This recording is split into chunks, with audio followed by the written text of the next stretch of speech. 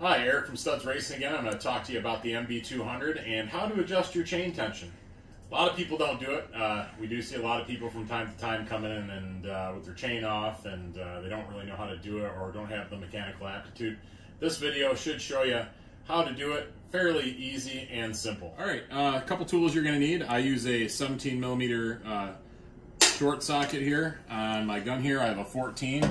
I got an adjustable wrench. I know you guys aren't always a fan of that, but I'll tell you what, I love it because this nut is so big on this side. I can really get a good grip on it, and as long as your adjustable wrench is really tightened down on it, you'll have no problems there. I also use a 14 millimeter wrench and a 13 millimeter wrench. All right, the first thing that you're going to want to do here is loosen up the axle.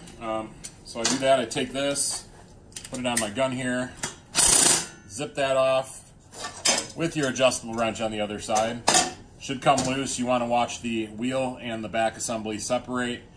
The other one here, this actually holds your brake caliper bracket. You want to make sure you loosen this one up. This would require your 14 millimeter along with your 14 on the back side of the bolt here. How you adjust it is, these are the tensioners. You just back this off here. This chain is super tight on this one. It is really, I mean, there is no real deflection or really no movement. So I'm going to loosen it up here a little bit. I'm going to back this off.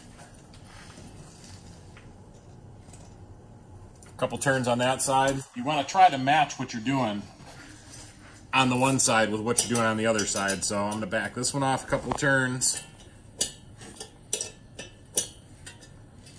And then we're going to check it again. And as you can see, it's got more movement to it.